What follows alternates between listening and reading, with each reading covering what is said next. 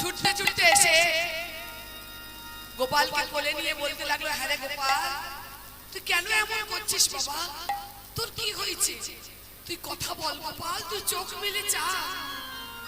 কিন্তু না, গোপাল কথাও বলছে না, চোখ মিলে দেখছেও না।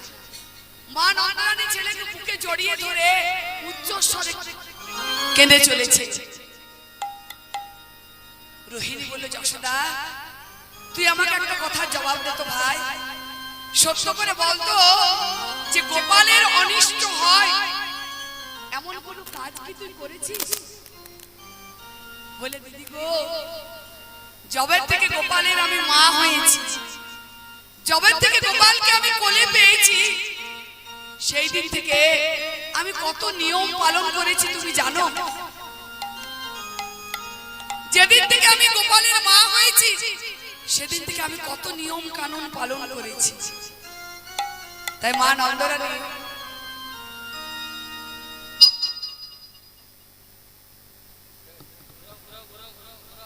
দিদি রোহিণীকে পরিচয় দিয়ে বলছি, জানো দিদি, গোপালের জন্য আমি কত নিয়ম পালন করেছি। আর এখানে যারা পুত্রের মা বাবা আছেন তারাও শুনে নিন, যাদের পুত্র সন্তান আছে তাদেরকে কত নিয়ম পালন করতে হয়। তাই মা নন্দরানী দিদি রোহিণীকে বলছে, দিদি গো, ও দিদি, আমি উত্তর মুখেতে কবু না করি ভোজন, উত্তর মুখেতে কবু না করি ভজন, উত্তর মুখেতে কবু না করি ভোজন, উত্তর মুখেতে কবু না করি ভজন। ওরে তবে কেন ছেড়ে গেল প্রাণের নন্দন, তবে কেন ছেড়ে গেল প্রাণের নন্দন, ওরে তবে কেন ছেড়ে গেল প্রাণের নন্দন, তবে কেন ছেড়ে গেল। মনিটরের সাউন্ড কমান, মনিটরের সাউন্ড কমান।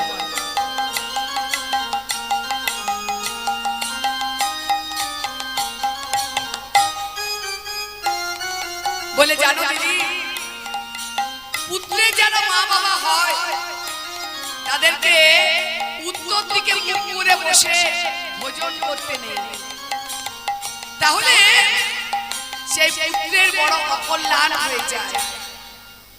তাই যবে থেকে আমি গোপালের মা হয়েছি তবে থেকে আমি উত্তর দিকে বসে মুখ করে ভোজন করা ছেড়ে দিয়েছি।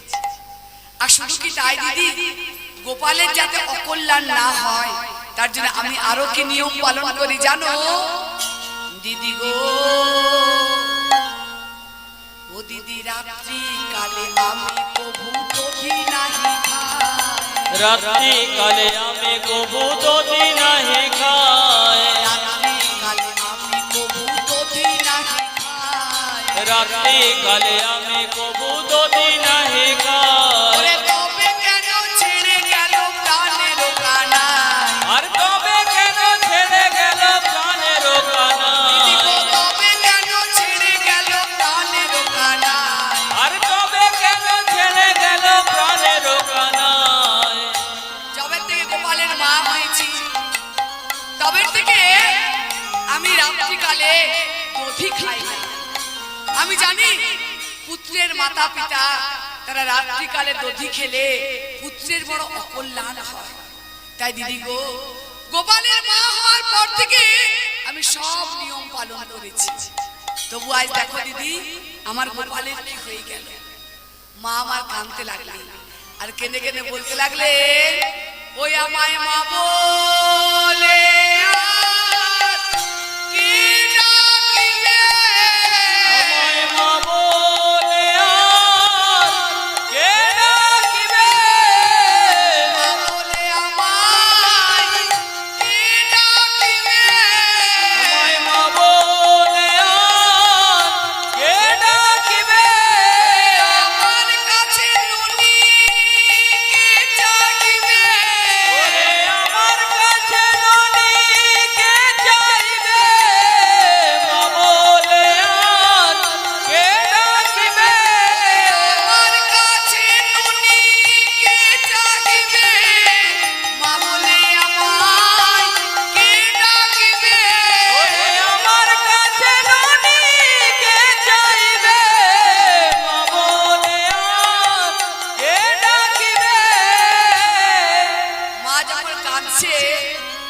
ললিতা বলল, ওমা, ছেলেকে বুকে জড়িয়ে ধরে কাঁদলে তোমার ছেলে কি ভালো হবে? হবে না। তোমার ছেলেকে ভালো করতে হলে কোনো বৈদ্যকে ডাকতে হবে। বৈদ্য এসে তোমার ছেলের চিকিৎসা করলে তবে যদি তোমার ছেলে ভালো হয়।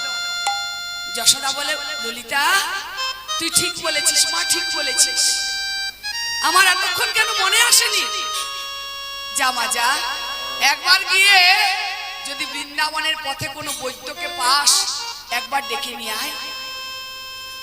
তাই মায়ের কথা মতো ললিতা গেল বৈদ্যকে ডাকতে। আর ললিতা যখন বৈদ্যকে ডাকতে গেল, আজ এখানে একটি কৃষ্ণ দুটি হল। এক অংশ মায়ের কোলে মূর্ছিত রহিল, আর আরেক অংশে বৈদ্য রূপ ধারণ করল। তাহলে একটি কৃষ্ণ দুটি হল। তাহলে আপনাদের মনে প্রশ্ন হবে যে একটি কৃষ্ণ দুটি হলো কি করে? দেখুন, ভগবান গোবিন্দের আমার রূপ ধারণের ক্ষমতা আছে। যখন যেখানে যতগুলির প্রয়োজন হয়েছে, ভগবান আমার ততগুলি নিজেকে প্রকাশ করতে পেরেছে। যেমন রাসমণ্ডলীতে যতগুলি গোপী ততগুলি কৃষ্ণ হয়ে নিজেকে প্রকাশ করেছে। দ্বারকায় ভগবান 16,108 হয়েছিলেন। কেমন করে হয়েছিলেন জানেন? দেখুন, সবাই জানেন যে মথুরা থেকে দ্বারকা যাওয়ার পর গোবিন্দ আমার 16,108 রমণীকে বিবাহ করেছিলেন। তা একদিন নারদ মুনির মনে বড় সন্দেহ হলো। মনে মনে ভাবতে লাগলো যে গোবিন্দ আমার একা পুরুষ আর তার 16,108 রমণী। তা একা পুরুষ হয়ে গোবিন্দ এতগুলি নারীর মন জয় করেন কিভাবে? এই সন্দেহ নারদের মনে হতে লাগলো। তাই নারদ মুনি একদিন গোবিন্দের কাছে গিয়ে বলল, গোবিন্দ, তুমি তো জানো আমি তোমার প্রিয় ভক্ত নারদ, সব সময় তোমার নাম গানে ব্যস্ত থাকি। তা আমার বড় কষ্ট, আমার খাবার দাবার সময় মতো হয় না, আমার পরনের এই কাপড় চোপড় এগুলো সময় মতো কাঁচা পরিষ্কার হয় না। তা ভগবান, তোমার আমি প্রিয় ভক্ত যখন, তখন তোমার কাছে আমি একটা অনুরোধ করি যে তোমার তো 16,108 রমণী আছে, তা তার মধ্যে তুমি যদি একটি আমাকে দিতে আমার বড় উপকার হবে। গোবিন্দ বলে, নারদ, তুমি তো জানো যে 16,108 রমণীর জন্য আমি প্রত্যেকের আলাদা আলাদা থাকার ব্যবস্থা করেছি।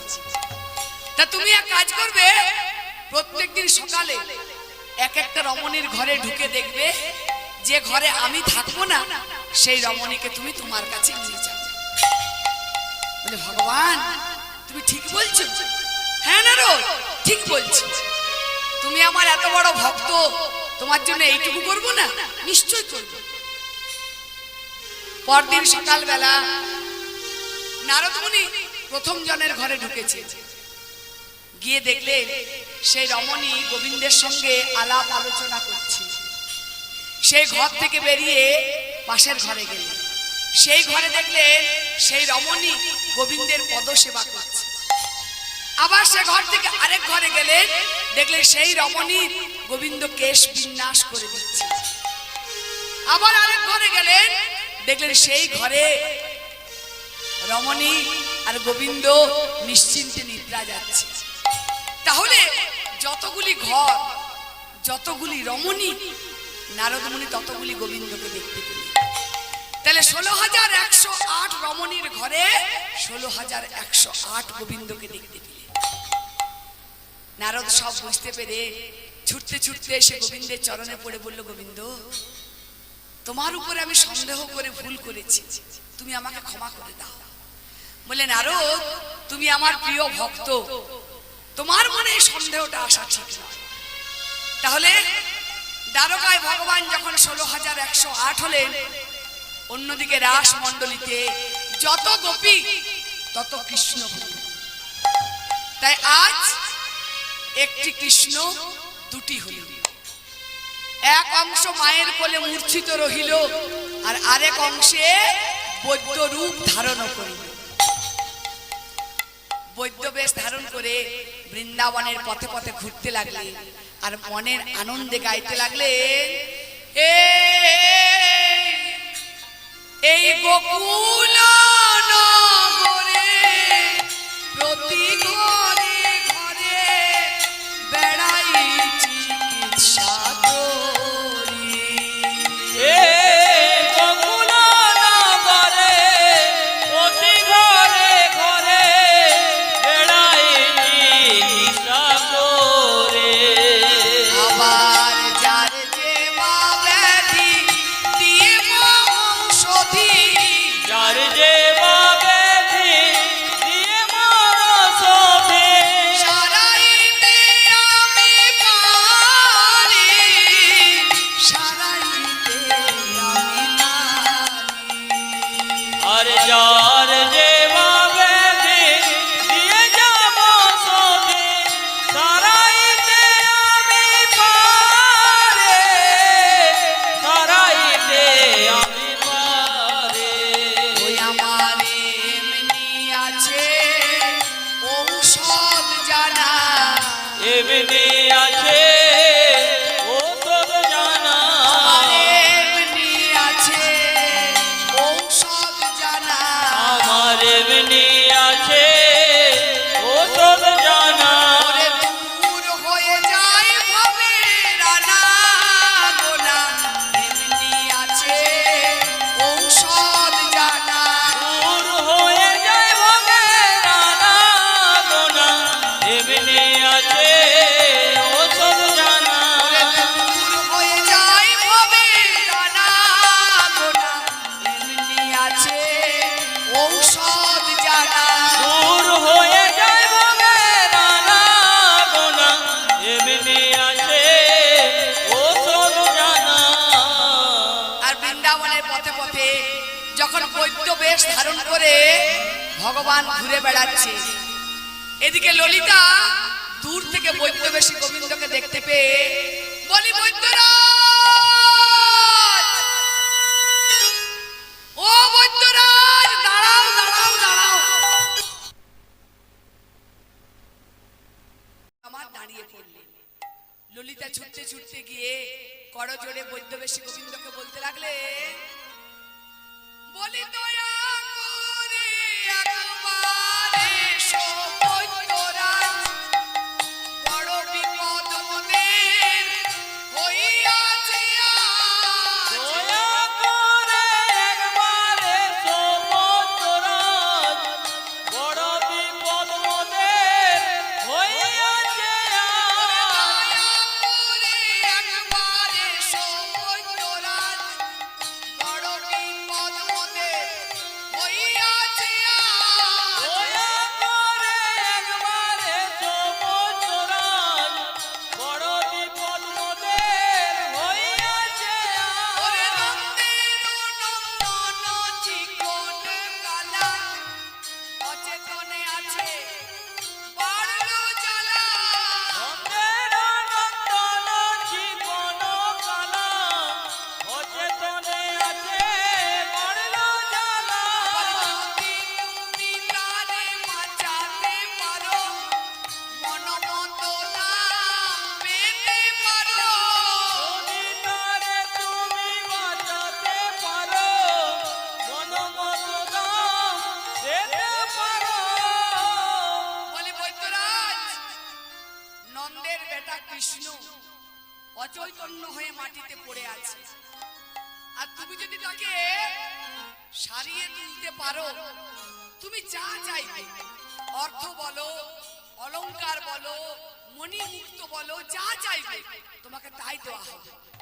শুধু তুমি আমাদের রোগীকে একবার ভালো করে দাও বৈদ্যরাজ। বৈদ্য বেশী গোবিন্দ বলে, ও সুন্দরী, শোনো শোনো, আমাকে লোভ দেখাবে না। আমি হলাম বৈদ্য, আমার কাজই হলো রোগীর চিকিৎসা করা। তা চলো আগে তোমাদের রোগীকে ভালো করে দেখি, তারপর আমি চিকিৎসা করব। তাই ললিতার সঙ্গে বৈদ্যবেশী গোবিন্দ নন্দরানীর ঘরে বলে, ওমা এই দেখো বৈদ্যকে ধরে এনেছি। আর মা নন্দরানী বৈদ্যবেশী গোবিন্দের দিকে তাকিয়ে মা আমার চমকে উঠল, বলে, ললিতা এ তুই কাকে এনেছিস মা? একে একে যে আমার খুব চেনা চেনা লাগছে। কে মা বল, এ কে? বলে, ও মা চেনা চেনা লাগবে কেন? এ বৈদ্য বৃন্দাবনে কত ঘরে চিকিৎসা করতে আসে, হয়তো কোথাও তুমি দেখেছো। বলে, না ললিতা, না না, এই বৈদ্যের এই বাঁকা চোখ, এই দাঁড়ানোর ভঙ্গি বাঁকা, এর বাঁকা হাসি আমার বড় চেনা চেনা লাগছে। বাবা বৈদ্য, কে তুমি? তোমাকে আমার খুব পরিচিত মনে হচ্ছে। বৈদ্যবেশী গোবিন্দ বলে, নোমা চিনতেই পারো, কতদিন এইদিকে এসেছি চিকিৎসা করতে, হয়তো কোথাও তুমি আমাকে দেখে থাকবে। সরে যাও মা, সরে যাও, এখন ওই সব কথা ছেড়ে দাও, আগে তোমার ছেলের চিকিৎসাটা করি। মা বলেন, শোনো বৈদ্য, আমি তোমাকে একটা প্রশ্ন করব, আর সেই প্রশ্নের যদি জবাব না দাও তাহলে কিন্তু আমার ছেলের আমি চিকিৎসা করতে তোমায় দেব না। বলে, প্রশ্ন? কি প্রশ্ন গো মা? বলে, প্রশ্নটা কি জানো বাবা? বলি, বৈদ্য না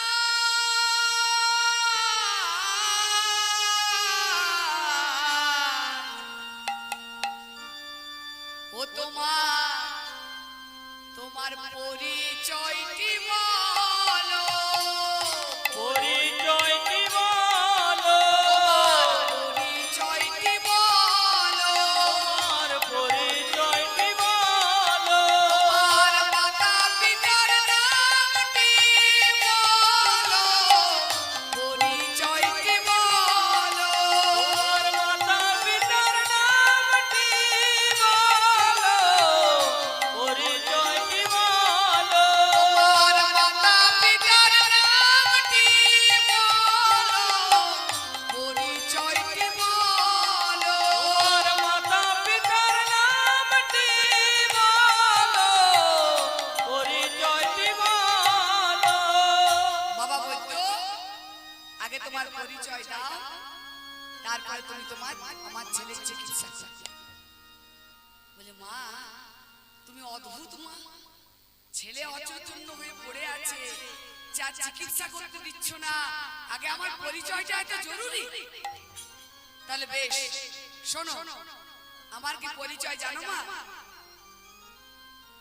ছলনাময় গোবিন্দ মায়ের সঙ্গে ছলনা করবে, মনে মনে ভাবলে মাকে তো আমি মিথ্যে পরিচয় দিতে পারবো না, কারণ ছেলে হয়ে মাকে মিথ্যে বলা মস্ত বড় অপরাধ। তাই মায়ের কাছে সত্য পরিচয় দিতে হবে, কিন্তু সত্যের মাঝে রাখতে হবে ছদ্ম আবরণ।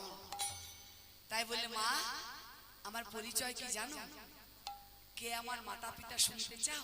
তাহলে শোনো, শোনো মা গো, বলি মর্ম, যার গর্ভে লইলু জন্ম, আমি দেব কি তাহার পরিচয়। তা ভক্তমণ্ডলী, ঠাকুর আমার সত্য পরিচয় মাকে দিয়ে দিল, কিন্তু সত্যের মাঝেও রাখলেন ছদ্ম আবরণ। তাই বললেন, শোনো মা গো, বলি মর্ম, যার গর্ভে লইলু জন্ম, আমি দেব কি তাহার পরিচয়। আর দিবেন আমার পিতা, শোনো শোনো ওগো মাতা, সংক্ষেপে দিলাম পরিচয়।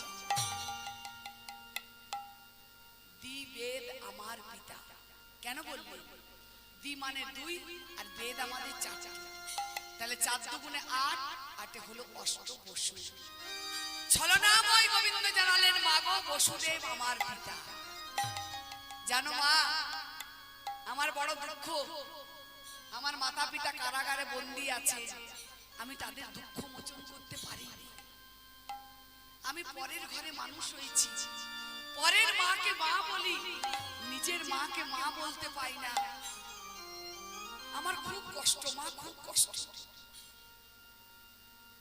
মা যশোদা বললেন, বাবা বৈদ্য তুমি কি বললে? তুমি পরের মাকে মা বলো, তুমি নিজের মাকে মা বলতে পাও না। তাহলে বাবা বৈদ্য নিশ্চয়ই তোমার পালক মাতা পিতাও আছে, তাদের পরিচয়টা একবার বলো তো বাবা। এরপর বৈদ্য বেশি গোবিন্দ আমার সত্য সত্য বিপদে পড়ে গেলেন। মনে মনে ভাবলেন, কেন যে মরতে মায়ের কাছে এলাম, কি করে মাকে পরিচয় দেব? চুপ করে দাঁড়িয়ে আছেন। তাই দেখে মা বললেন, কি হলো বাবা বলো, তোমার পালক মাতা পিতার পরিচয়টা দাও। বলছি মা বলছি, দাঁড়া। চিন্তামণি চিন্তা করলেন মাকে কি পরিচয় দেওয়া যায়। চিন্তা করে দেখলেন নন্দ মহারাজের নবলক্ষ ধেনুর পাল। তাই নন্দ মহারাজকে পশুপতি বললে ভুল বলা হয় না। আর পশুপতি হলো দেবাদিদেব মহাদেবের নাম, কৃষ্ণের গুরু। তাহলে গুরুদেবকে পিতা বলাও তো ভুল নয়। তাই বলে মাগো পালক মাতার পরিচয় তুমি জানতে চাও, তাহলে শোনো। আমার পিতার নাম পশুপতি, পশুপতি শোনো গো জননী,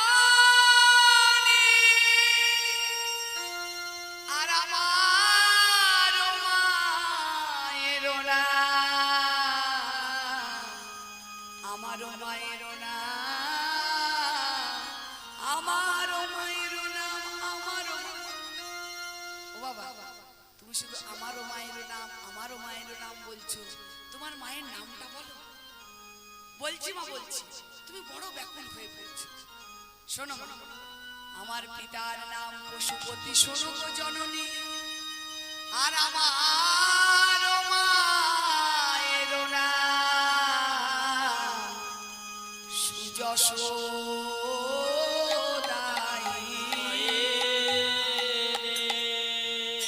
আমারও মায়ের নাম সুযশোদায়ী, সুযশোদী অর্থাৎ যিনি যশ দান করেন।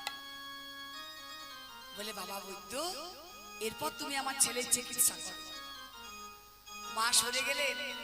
আর বৈদ্য বেশি গোবিন্দ গিয়ে প্রথমে গোপালের নাড়িতে হাত দিলেন। নাড়িতে হাত দিয়ে বলেন, ছলে নাড়ি ধরি বৈদ্য নন্দ রানী প্রতি বলে, বলে ধরেছে কঠিন ব্যাধি, ওমা তোমারও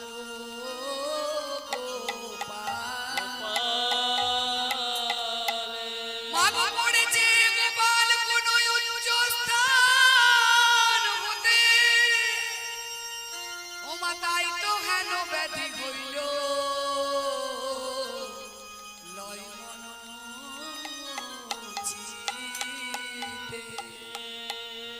বলে মাগো তোমার গোপালের কঠিন রোগ হয়েছে, যে রোগে বাঁচানো খুব দায় গো মা। আর জানো মা, তোমার ছেলের নাড়ি টিপে আমি একটা কথা বুঝতে পেরেছি মা, নাড়িতে হাত দিয়ে আমি বুঝেছি তোমার গোপাল বুঝি বাঁচবে না মা, গোপাল বুঝি বাঁচবে না মা, তোমার গোপাল বুঝি বাঁচবে না মা, গোপাল বুঝি বাঁচবে না মা, ধরেছে কঠিন ব্যাধি, ধরেছে কঠিন ব্যাধি, ধরেছে কঠিন ব্যাধি, ধরেছে কঠিন ব্যাধি, গোপাল বুঝি বাঁচবে না মা, গোপাল বুঝি বাঁচবে না মা, গোপাল বুঝি। বাঁচবে না মা। বলে বাবা, হে তুমি কি বলছো? গোপাল আমার একমাত্র ছেলে, আমার গোপালের যদি কিছু একটা হয়ে যায়, আমাকে যে মা বলে ডাকার আর কেউ থাকবে না বাবা। দয়া করো বাবা, দয়া করে যে করে হোক, যেভাবে হোক আমার গোপালকে তুমি বাঁচিয়ে দাও। বলে কেঁদো না মা, কেঁদো না। শোনো, তোমার গোপালের যেমন কঠিন রোগ হয়েছে, আমিও তেমনি কঠিন বৈদ্য গো মা, আমিও কঠিন বৈদ্য। তা মা, তোমার ছেলেকে বাঁচাতে হলে একটা কঠিন কাজ করতে হবে, তুমি কি পারবে সেই কাজ করতে? বলো বাবা, বলো। আমার গোপালের জন্য আমার যা করার আমি তাই করব। বলি বেশ, তাহলে শোনো মা, একটা নূতন মাটির কলসি আমাকে এনে দাও। আর সেই নূতন মাটির কলসিতে আমি সহস্র ছিদ্র করব। আর সেই সহস্র ছিদ্রযুক্ত কলসি করে যমুনার থেকে যদি কেউ জল এনে দেয়, আর সেই জলে বড়ি গুলে তোমার ছেলেকে যদি খাওয়ানো হয়, তবেই তোমার ছেলে জীবন ফিরে পাবে। মা বললেন, বাবা বৈদ্য, এই অসম্ভব চিকিৎসা কি করে হবে? এই সহস্র ছিদ্রযুক্ত কলসি করে যমুনার থেকে জল আনা যায়? বলে যায় মা, যায়। যারা সতী নারী হয় তারাই এই কাজ করতে পারে। তা বৃন্দাবনে যারা যারা সতী আছে তুমি ডেকে নিয়ে আসো, তারাই এই কাজ করে দেবে। বলে বাবা, যেদিন থেকে আমি নন্দরাজার ঘরে বউ হয়ে এসেছি, সেদিন থেকে আমি নন্দরাজাকে আমার ভগবান জানি, আমি অন্য পুরুষের কথা কল্পনাও করি না। তো বাবা, তোমাকে এই কলসি আমি এনে দিলাম, তুমি ছিদ্র করে দাও। ওই ছিদ্র কলসি করে আমি জল এনে দিচ্ছি। বৈদ্যবেশী গোবিন্দ আমার ওই মাটির কলসিতে সহস্র ছিদ্র করে দিলেন। মনে মনে ভাবলেন, মাকে যদি আমি জল আনতে পাঠাই, তাহলে ছেলে হয়ে মায়ের সতীত্বের পরীক্ষা নেওয়া হবে, আর সেটা বড় অপরাধের কথা। আর দ্বিতীয় কারণ হলো, ভগবান আমার জানালে যে মায়ের দেওয়া জিনিস ছেলের কাজে লাগে না। তাই মা যখন বললেন, বাবা ওই কলসি তুমি আমাকে দাও, আমি যমুনার থেকে জল এনে দিচ্ছি, তখন বৈদ্যবেশী গোবিন্দ বললেন, মা গো, তুমি জল আনতে যাবে? কিন্তু তুমি কি জানো মা, ওমা তোমার জলে কাজ হবে না, তোমার জলে কাজ হবে না, তোমার জলে কাজ হবে না, তোমার জলে কাজ হবে না।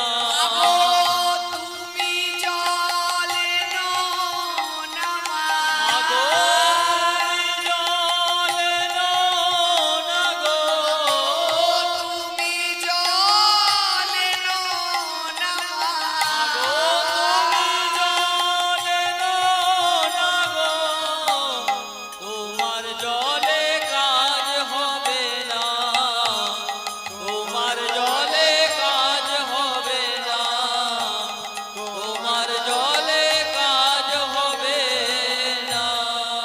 তাহলে ভগবান কেন বললেন যে মায়ের দেওয়া জিনিস ছেলের কাজে লাগে না? তার ছোট্ট একটা প্রমাণ দিচ্ছি, দেখুন।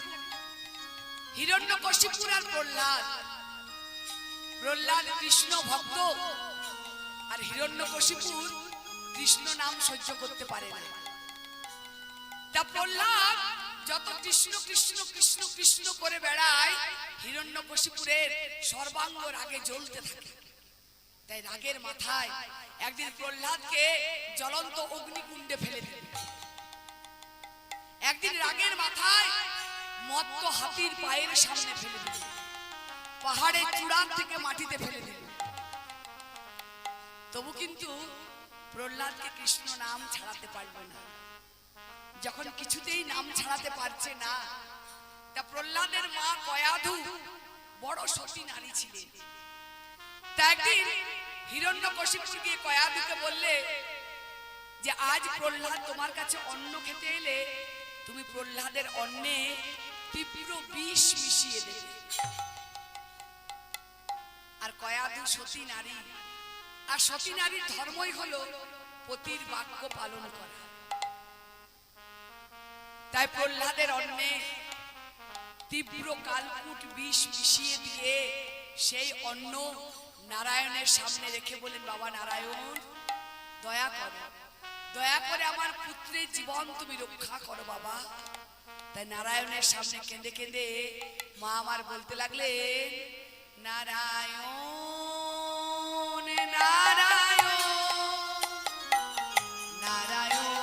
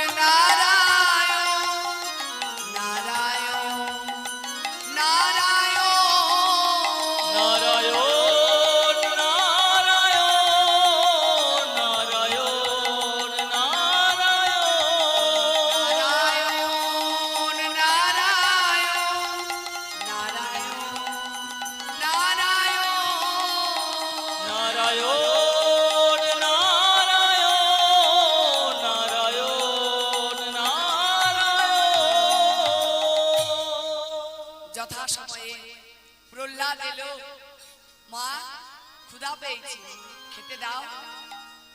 মা চোখের জল মুছে ওই বিষ মেশানো অন্ন এনে প্রহ্লাদের কাছে, আর প্রহ্লাদ সেই অন্নে তুলসী দিয়ে জলধারা দিয়ে বললেন, ওগো নারায়ণ, ভক্তের অন্ন তুমি গ্রহণ করো। এই বলে অন্ন সেবা করে মাকে বলে, হ্যাঁ গো মা, আজ অন্নে তুমি এমন কি দিয়েছিলে যার জন্য অন্ন আজ আমার অমৃতের মতো স্বাদ হয়েছে? বলো মা, অন্নে তুমি কি দিয়েছিলে?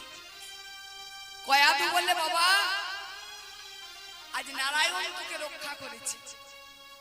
তোর বাবার কথা মতো তোর অন্নে আমি তীব্র বিষ মিশিয়ে দিয়েছিলাম। তুই আমাকে ভুল বুঝিস না প্রহ্লাদ। বলে, মাগো, তুমি তোমার সতীত্ব ধর্ম পালন করেছো, আমি তোমাকে ভুল বুঝি। তাই তো এখানে গোবিন্দ মা জানাতে চাইলেন যে মায়ের দেওয়া কোনো জিনিস ছেলের কাজে লাগে। তাই বলে, মা তুমি জল আনতে যেও না। বলে, বাবা, তবে আমি কোথায় খুঁজবো সতী নারী? ললিতা বলে, যশোদা মা, বৃন্দাবনের সতী নারী বলতে তো আমরা দুজনকে জানি, এক জটিলা আর এক কুটিলা। তুমি যাও, তাদেরকে ডেকে নিয়ে এসো। ঠিক বলেছিস ললিতা, ঠিক বলেছিস। আমার তো মনেই ছিল না যে জটিলা কুটিলার মতো সতী আমাদের বৃন্দাবনে আর অন্য কেউ নেই। দাঁড়া বাবা বৈদ্য, আমি এক্ষুনি সতী নারীকে ডেকে আনছি। মা আমার ছুটতে ছুটতে জটিলার ঘরে গিয়ে, জটিলা বলি ঘরে আছিস গো মা? ডাক শুনে জটিলা বেরিয়ে এসে, এ কি যশোদা, আজ আমার ঘরে তুই কি মনে করে এসেছিস? বলে জটিলা দয়া করো, আমার ছেলে গোপাল অচৈতন্য হয়ে পড়ে আছে। বৈদ্য বলেছে যমুনার থেকে ছিদ্র কলসি করে কেউ জল এনে দিলে সেই জলে বড়ি গুলে আমার ছেলেকে খাওয়ালে আমার ছেলে প্রাণ ফিরে পাবে। আর এই জন্য সতী নারীর প্রয়োজন। তা বৃন্দাবনে সতী বলতে তো তোমাকে আর তোমার মেয়েকে যাই। চলো জটিলা, তোমরা মা মেয়েতে মিলে আমাদের একটু জলটা এনে দেবে, চলো। জটিলা বলে তাহলে যশোদা স্বীকার করছিস তো যে বৃন্দাবনে সতী বলতে আমি আর আমার মেয়ে, আমার মতো সতী কেউ নেই? জানি তো, তার জন্যই তো তোমার কাছে এসেছি। এই বলে যশোদা ছুটে গিয়ে জটিলার দুটো হাত ধরে, তখন জটিলার করে ধরি বলিছে বিনয় করি। জটিলার করে ধরি বলিছে বিনোদ করে, এই মিনতি করিলে তোমারে। আমরি রে বিনতে করি যে তোমারে। আহা মরি রে এই মিনতি করিলে তো তোমরা জল এনে দিলে ফিরে পাবো মোর গোপালে। গঙ্গা জল এনে দিলে ফিরে পাবো মোর গোপালে। দিন জগদানন্দ বলে। আমরি রে দীনজন গোদানন্দ বনে। বারে বারে বিনয় করি আমি, বারে বারে বিনয় করি আমি, বারে দাও দাও জলে নে দাও আহা। বারে দাও দাও জলে নে দাও আমি, বারে বারে বিনয় করি আমি, বারে বারে বিনয় করি আমি, বারে বারে বিনয় করি আমি, বারে বারে বিনয় করি আমি, বারে বারে বিনয় করি আমি, বারে বারে বিনয় করি আমি। সামান্য কাজ তো, তাই সামান্য যমুনার থেকে জল আনতে আমাদের মা বেটিকে কেন যেতে হবে? আমি একা গেলে তোর এই কাজ আমি করে দিয়ে আসবো। চল, কুটিলার যাবার দরকার নেই, আজ আমি তোর সঙ্গে যাচ্ছি, চল। তাই জটিলা যশোদাকে বলতে লাগলো, ওরে কি লাগিয়ে দুই জনারে যাইতে হইবে। কি লাগিয়া দুজনারে যাইতে হইবে, কি লাগিয়ে দুই জনারে যাইতে হইবে। কি লাগিয়া দুজনারে যাইতে হইবে। আর আমি একা গেলে তোর কার্য সিদ্ধ হবে, কার্য সিদ্ধ হবে। আমি একা গেলে তোর কাজ শীঘ্র হবে, কাজ শীঘ্র হবে। চল গো আমি একাই যাব, চল গো আমি একাই যাব, আমি একাই যাব। চল গো আমি একাই যাব। যমুনাতে জল এনে দেব, যমুনাতে জল। এনে দেব, চল গো আমি একাই যাব। শোন, কুটিলাকে নিয়ে যাওয়ার প্রয়োজন, আমি একা যাব, একা গিয়েই তোর জল এনে দেবো, চল। তাই যশোদার সঙ্গে জটিলা যাবার জন্য যে পাটা বাড়িয়েছি, সঙ্গে সঙ্গে কুটিলা এসে পথ আগলে দাঁড়ালো।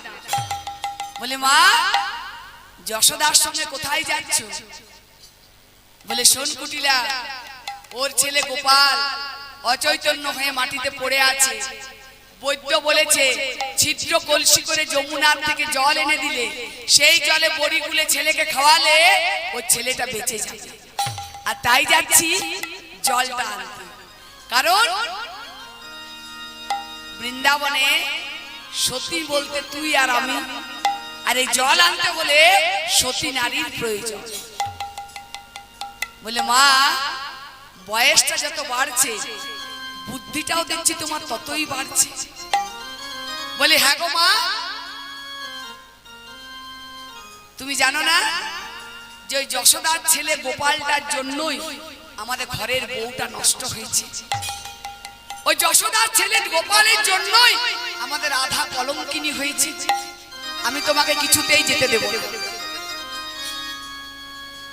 বলে কুটিলা, তোর কথা ঠিকই আছে যে যশোদার বেটা কৃষ্ণের জন্যই আমাদের আধা কলঙ্কিনী, কিন্তু আমি যদি এখন জল আনতে না যাই তাহলে বৃন্দাবনে আমাদেরকে কেউ আর সতী বলবে না, কেউ বলবে না যে জটিলা কুটিলা সতী, তাই আমাকে যেতেই হবে। বলে বেশ তোমা, তা সতীরই যখন পরীক্ষা তখন তুমি কেন যাবে বুড়ো বয়সে? আমি যাব, আমি গিয়ে জলটা এনে দেব। কিন্তু জটিলা কুটিলার উপরে কোনো ভরসা নেই, তাই বলে বেশ জলটা তুই আনবি, আমি না হয়তো সঙ্গে তো থাকি, চল। তাই জটিলা কুটিলাকে নিয়ে নন্দরানী এলেন বৈদ্যবেশী গোবিন্দের কাছে। বলে বাবা বৈদ্য, এই দেখো জটিলা বড় সতী, আর এই দেখো কুটিলা ছোট সতী, দাও এদেরকে দাও, এরা এক্ষুনি জল এনে দেবে। বৈদ্যবেশী গোবিন্দ বলেন তা হ্যাঁ গো, কে যাবে জল আনতে, বড় সতী না ছোট সতী? কুটিলা বলে শোনো বৈদ্য, আমি থাকতে আমার মাকে এত কষ্ট করতে কেন দেব? বুড়ো বয়সে আমার মাকে এত কষ্ট করতে কেন দেব? জল আমি দাও, তোমার কলসি তুমি আমায় দাও। তাই ছিদ্র কলসি নিয়ে আজ কুটিলা চলেছে যমুনায় জল আনতে। মনে তার অহংকার যে এই যাবো কি যমুনার থেকে জল ডুবিয়ে নিয়ে চলে আসবে, তাই অহংকার করতে করতে কুটিলা চলেছে আজ যমুনায় জল আনতে। তাহলে ভাবটি কেমন? ও তখন বাহু নাড়া দিয়া গর্ব করিয়া যমুনাতে চলে যায়। বাহু নাড়া দিয়া গর্ব করিয়া জটিলা চলিয়া যায়। বাহু নাড়া দিয়া গর্ব করিয়া জটিলা চলিয়া যায়। বাহু নাড়া দিয়া গর্ব করিয়া জটিলা চলিয়া যায়।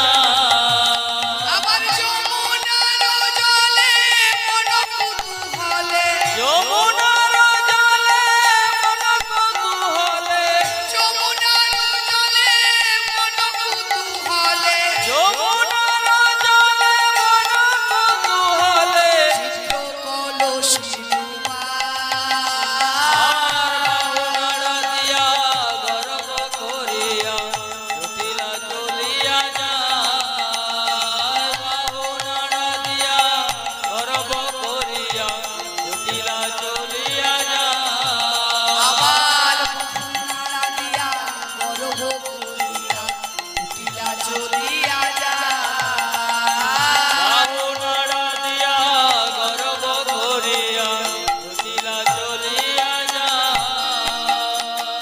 কুটিলা গরব করতে করতে যমুনার কূলে এসে অহংকার ভরে ছিদ্র কলসি ডুবিয়ে যেই না সেই ছিদ্র কলসি ওপরে তুলেছে, অমনি কি হলো জানে? যেই না কলসি তুলেছে ও তখন ঝড় ঝড় ঝড় জল সব গেল রসাতল। ঝরে ঝরে ঝরে জল সব গেল রসাতল। ঝড় ঝড় ঝড় ঝড়ে জল সব গেল রসাতল। ঝরে ঝরে ঝরে জল সব গেল রসাতল। এক বিন্দু বাড়ি না রহিল, এক দুবারি না রহিল, এক বিন্দু না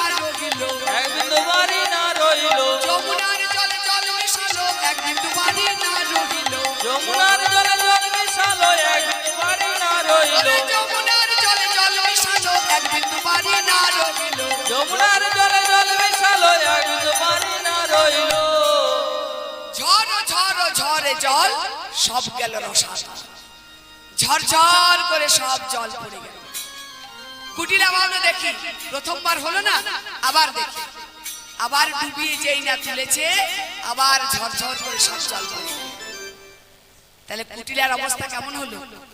মনে মনে ভাবলো খুব তো বড় বড় কথা বলে কলসি নিয়ে এসেছিলাম, কিন্তু এক বিন্দু জলও তো আমি ধরতে পারলাম না। তাহলে কুটিলার অবস্থা কেমন? ও তখন কাঁদিয়ে কাঁদিয়ে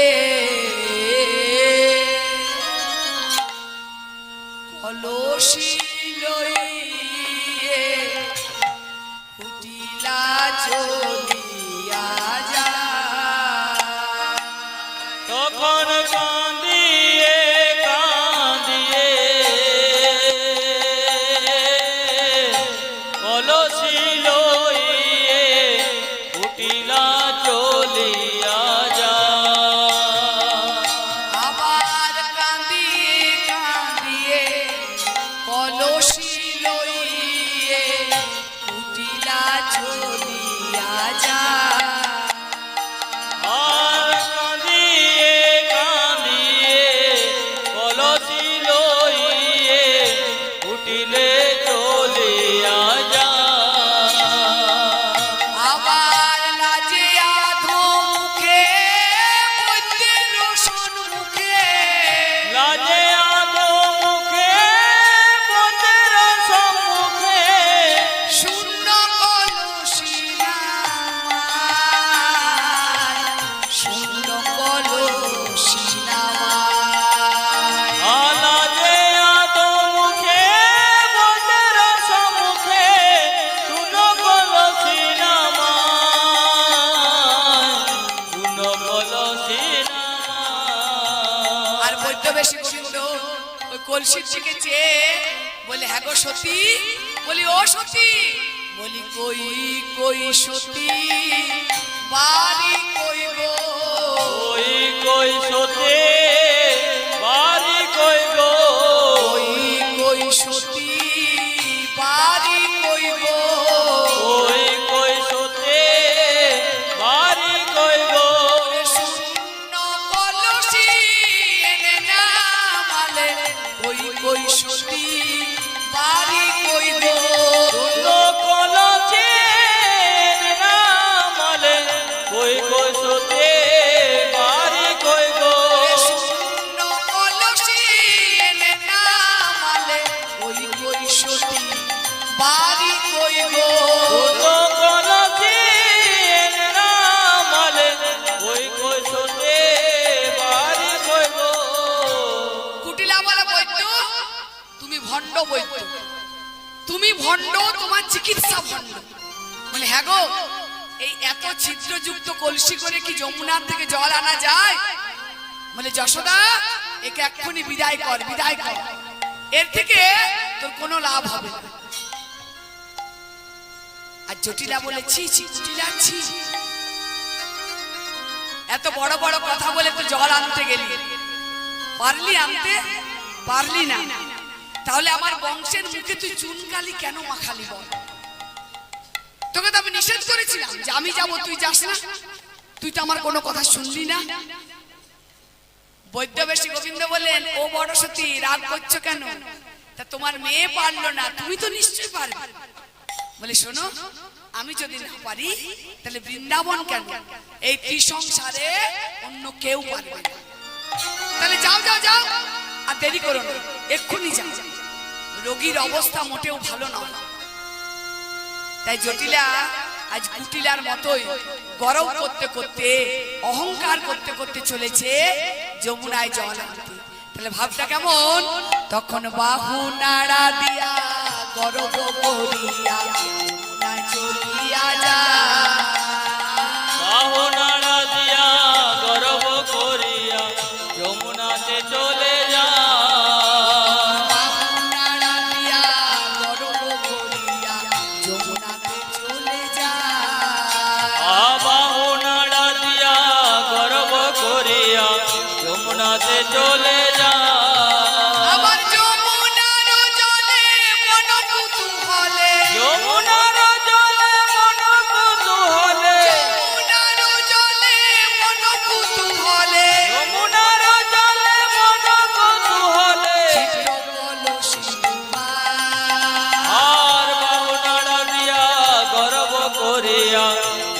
যমুনাতে চলে যায় বাহু নাড়া দিয়া গর্ব করিয়া যমুনাতে চলে যায়।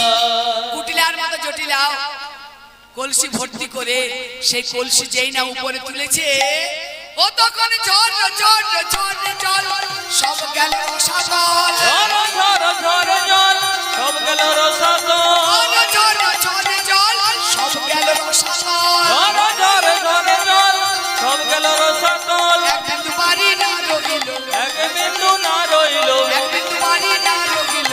এক বিন্দু বাড়ি না রইল, যমুনার জলে জল মিশালো এক বিন্দু বাড়ি না রহিল। যমুনার জলে জল মিশালো এক বিন্দু বাড়ি না রইল। যমুনার জলে জল মিশালো এক বিন্দু বাড়ি না রহিল। যমুনার জলে জল মিশালো এক বিন্দু বাড়ি না রইল।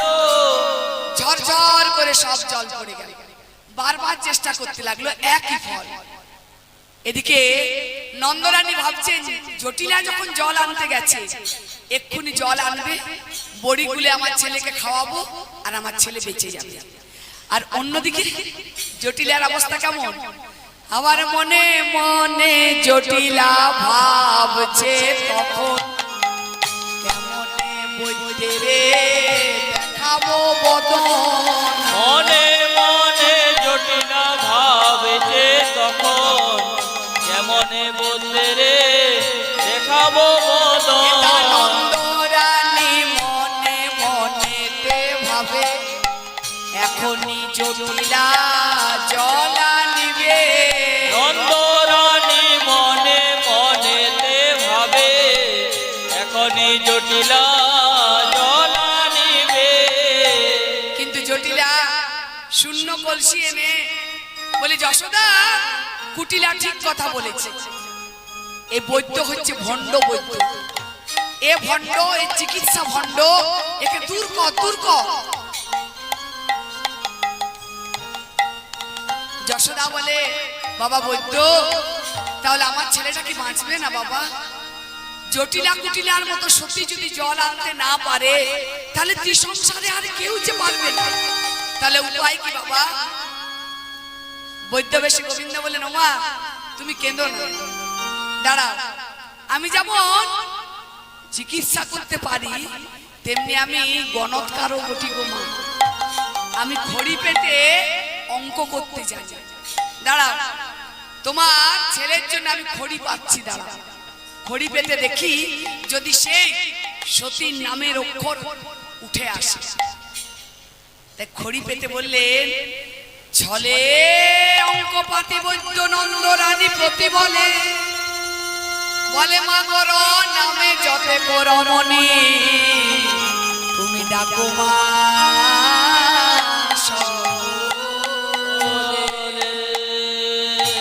বলে ও মা খড়িতে একটা শব্দ উঠেছে মা র, বলি র শব্দে কোনো রমণী যদি থাকে তুমি ডেকে নিয়ে আসো। মা আমার ছুটতে ছুটতে গেলেন আর ডাকলেন কাকে? রমা চরসিকা রম্ভা রঙ্গ প্রিয়া রতি প্রিয়া। রমা চরসিকা রম্ভা রঙ্গ প্রিয়া রতি প্রিয়া। মা মনে মনে ভেবেছিলেন রাধাকেও ডাকবে, কিন্তু কলঙ্কিনী বলে রাধাকে ডাকতে সাহস করেন। ও মা কাদের ডেকে নিয়ে এসেছি? এরা জল আনতে পারবে না। মা বলে বাবা বৈদ্য তুমি তো বললে র নামে যত রমণী ডাকতে হবে, তো আমি সবাইকে ডেকে নিয়ে এসেছি। বলে না মা এরা পারবে না, দেখি আরেকবার অঙ্কপাত করি যদি সেই সতী নারীর নামটা খড়িতে ওঠে। বৈদ্য বেশি গোবিন্দ আওয়াজ ছলনা করে খড়ি পাতলেন, পেতে বলেন হ্যাঁ গো মা, বলে বৃন্দাবনে রাধা বলে কি কোনো রমণী আছে? তুমি তাকে ডেকে নিয়ে এসো, তার নাম উঠেছে খড়িতে। সবাই মুখ চাওয়াচাই করতে লাগলো। আর কুটিলা বলল বলিহারি বৈদ্য, বলিহারি তোমার চিকিৎসা আর বলিহারি তোমার খড়ি পাতা। বলে হ্যাঁ বৈদ্য, ব্রজে যেজন কলঙ্কিনী তারে সত্যি বলো তুমি, যে কলঙ্কের গায়ে মুখ দেখাতে পারে না আর তার নাম উঠেছে তোমার খড়িতে। যশোদা একে ভালোই ভালোই বিদায় কর। বৈদ্য বেশি গোবিন্দ বলে মা তুমি কারোর কথায় কান দিও না। যাও, রাধা বলে যদি কেউ আছে তাকে তুমি ডেকে নিয়ে এসো। মা আমার ছুটতে ছুটতে চলে রাধারানীকে ডাকতে। আর রাধারানীও আমার শুনেছেন তার গোবিন্দ অচৈতন্য হয়ে মাটিতে পড়ে আছে, তাই গোবিন্দের জন্য রাধারানী আমার কাঁদছে। কিন্তু গোবিন্দ হলেন পর পুরুষ, তাই পর পুরুষের জন্য কাঁদা সাজে না। তাই গোবিন্দের বিরহে রাধারানী আমার কেমন ভাবে কাঁদছেন, ঠিক যেন চোরের রমণী, চোরের রমণী, চোরের রমণী, চোরের রমণী, এমনি কাঁদেন রাধারানী চোরের রমণী, এমনি কাঁদে রাধা রানী চোরের রমণী, এমনি কাঁদেন বিনোদিনী চোরের রমণী, এমনি কাঁদে বিনোদিনী চোরের রমণী। প্রাণের গোবিন্দ বিরহে এ প্রাণ না রহে, না রহে কাঁদিয়া কহয়ে রায়। আবার হেন এ সময়ে কাঁদিয়ে কাঁদিয়ে যশোদা এলো তথায়। নন্দরানী এসে বললেন, মা রাধা, একবার তুমি আমার সঙ্গে চলো, আমার ছেলেটা অচৈতন্য হয়ে পড়ে আছে। বৈদ্য বলেছে ছিদ্র কলসি করে যমুনার থেকে জল আনলে সেই জলে বড়ি গুলে ছেলেটাকে খাওয়ালে ছেলেটা আমার বাঁচবে। আর এই জন্য সতী নারীর প্রয়োজন, তাই খড়িতে তোমার নাম উঠেছে। দয়া করো মা, দয়া করে তুমি চলো। চোখের জল মুছে রাধারানী বললেন, লীলাময়, তোমার লীলা তুমিই জানো, কিন্তু ভগবান তুমি তো এটা জানো, ভগবান আমি সতী নাই অসতী সকলই জানো। আমি সতী নাই অসতী সকলে জানো। সতী নাই অসতী সকলই জানো। আমি সতী নাই অসতী সকলে জানো। ওই অন্তর্যামী নারায়ণ সতী নাই অসতী সকলই জানো। ওই অন্তর্যামী নারায়ণ সতী নাই অসতী সকলে জানো। চলো মা, আর দেরি করা ঠিক হবে না, চলো। রাধারানীকে নিয়ে যশোদা এলেও বৈদ্যবেশী গোবিন্দের কাছে। বলে, বাবা বৈদ্যরাজ, এই দেখো এই হলো রাধা। বলে, ও এর নাম রাধা? রাধা তুমি কি পারবে এই ছিদ্র কলসিটা করে যমুনার থেকে জল এনে দিতে? রাধারানী বললেন, জগদীশ্বর জানেন আমি পারবো কিনা। নিশ্চয়ই পারবে, আমার মন বলছে তুমি পারবে, কারণ সতীত্বের সমস্ত লক্ষণ আমি তোমার মধ্যে দেখতে পাচ্ছি। যাও, আর দেরি করো না। তাই জটিলার চরণে প্রণাম করে, যশোদার চরণে প্রণাম করে ছিদ্র কলসি নিয়ে রাধারানী যাবার জন্য পাটা বাড়িয়েছে। আর যেই না বাড়িয়েছে অমনি ননদী কুটিলা এসে বললো, হ্যাঁ রে বউ। বলি, তোর লজ্জা করে না? আমরা মায়ে মেয়েতে যে কাজটা করতে পারলাম না সে কাজটা তুই করতে যাচ্ছিস? হ্যাঁ, শোন আমার কথা, তুই শোন। তাই কুটিলা বলতে লাগলো, ও গো থাম গোরাই থাম থাম, থাম গোরাই থাম থাম, থাম রাই থাম থাম, থাম গোরাই থাম থাম। আকুল হয়ে যাবে কোথায়, থাম রাই থাম থাম, আকুল হয়ে যাবে কোথায়, থাম গোরাই থাম থাম। আকুল হয়ে যাবে কোথায়, থাম রাই থাম থাম। আকুল হয়ে যাবে কোথায়, থাম গোরাই থাম থাম। ওরে বৈদ্য যেমন গণকপতি, তুইও তেমন গুণের সতী। বৌদ্ধ যেমন গণপতি, তুইও তেমন গুণের সতী। বৈদ্য যেমন গণকপতি, তুইও তেমন গুণের সতী। বৌদ্ধ যেমন গণপতি, তুইও তেমন গুণের সতী। বৈদ্য যেমন গণপতি আর তুই তেমনি গুণের সতী। কারণ যখন রাধা নামে উঠল করি তখন তো জানি না, রাধা নামে উঠলো খড়ি তখনই তো জানে না। যখন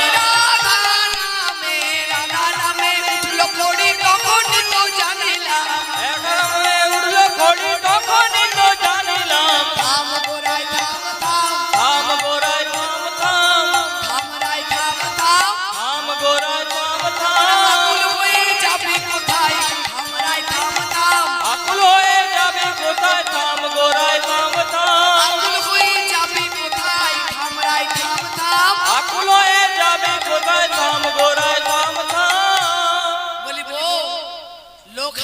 কাজ নাই। তুই তো যমুনার থেকে জল আনতে পারবি না, কলঙ্কের বোঝা তোর আরো বেশি করে চাপবে। তাই এক কাজ কর, জল আনতে না গিয়ে লোক না হাসিয়ে আমি যে বুদ্ধিটা বলছি তুই সেইটা কর। কি বুদ্ধি বলতো? ওরে কাজ কি গো আর লোক হাসায়ে যমুনায় জল আনতে গিয়ে, কি গো তোর লোক হাসায়ে যমুনায় জল আনতে গিয়ে, কাজ কি লোক হাসায়ে যমুনায় জল আনতে গিয়ে, কাজ কি গো তোর লোক হাসায়ে যমুনায় জল আনতে গিয়ে। যমুনায় জল আনতে যাওয়ার দরকার নেই, তার থেকে তুই এক কাজ কর, একবার হেলা দিয়ে বসকে অঙ্গে চেতন ফিরে পাবে শ্যাম। হেলা দিয়ে বসে অঙ্গে চেতন ফিরে পাবে শ্যাম, হেলা দিয়ে বসকে অঙ্গে চেতন ফিরে পাবে শ্যাম। হেলা দিয়ে বসে অঙ্গে চেতন ফিরে পাবে শ্যাম। থাম গোরায় থাম থাম, থাম গোরায় থাম থাম, থামরায় থাম থাম, থাম গোরায় থাম থাম, আকুল হয়ে যাবে কোথায়, থামরায় থাম থাম। আকুল হয়ে যাবে কোথায়, থাম গোরায় থাম থাম। বলে বৈদ্যবেশী গোবিন্দ বলে, তোমরা পারোনি বলে কি আর কেউ পারবে না? এই ধারণাটাই তোমাদের ভুল, পথ ছেড়ে দাও। বলে না, আমাদের ঘরের বউটাকে আর কলঙ্কিনী হতে দেব না। কিন্তু জটিলা বললে, কুটিলা তুই বউকে পথ ছেড়ে দে। মায়ের কথায় পথ ছেড়ে দিল, আর রাধারানী আমার কলসি নিয়ে চললেন যমুনায়। যমুনার কূলে গিয়ে দেখো গোবিন্দ নামের জাহাজ ডুবাইও না, এই বলে আজ কৃষ্ণ কৃষ্ণ বলে ধ্বনি ধ্বনি আমার কলসি ডুবালো, কলসি রহিল পূর্ণ এক বিন্দু না পড়ি।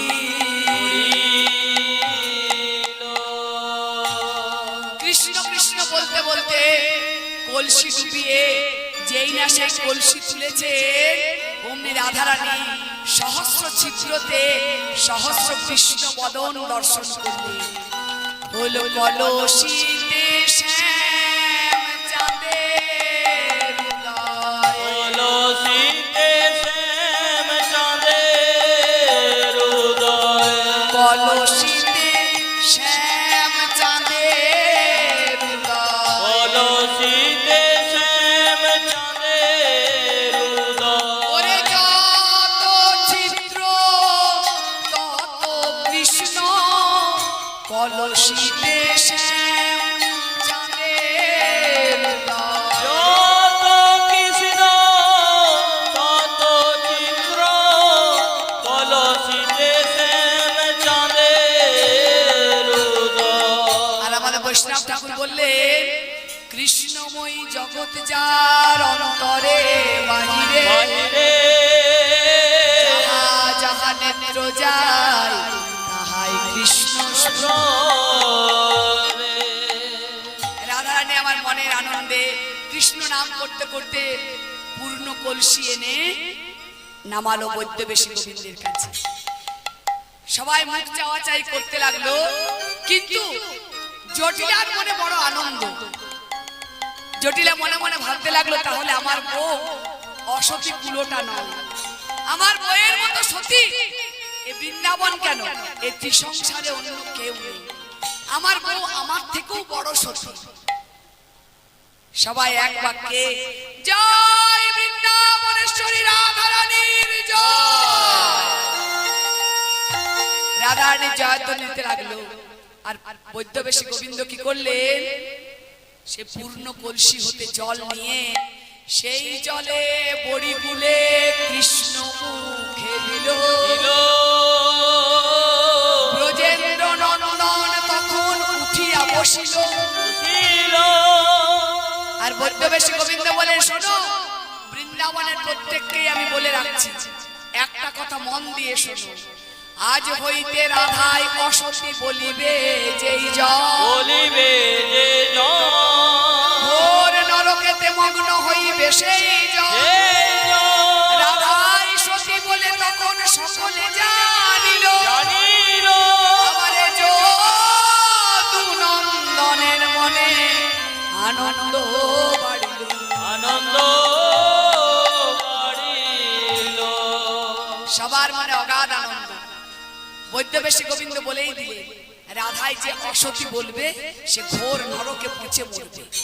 রাধারানী সতী, রাধারানী সতী, রাধারানী সতী।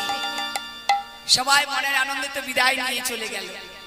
এদিকে মা নন্দরানী বললেন, বাবা বৈদ্য, আজ তোমার জন্য আমার গোপালকে ফিরে পেয়েছি, তোমার কি চাই বলো?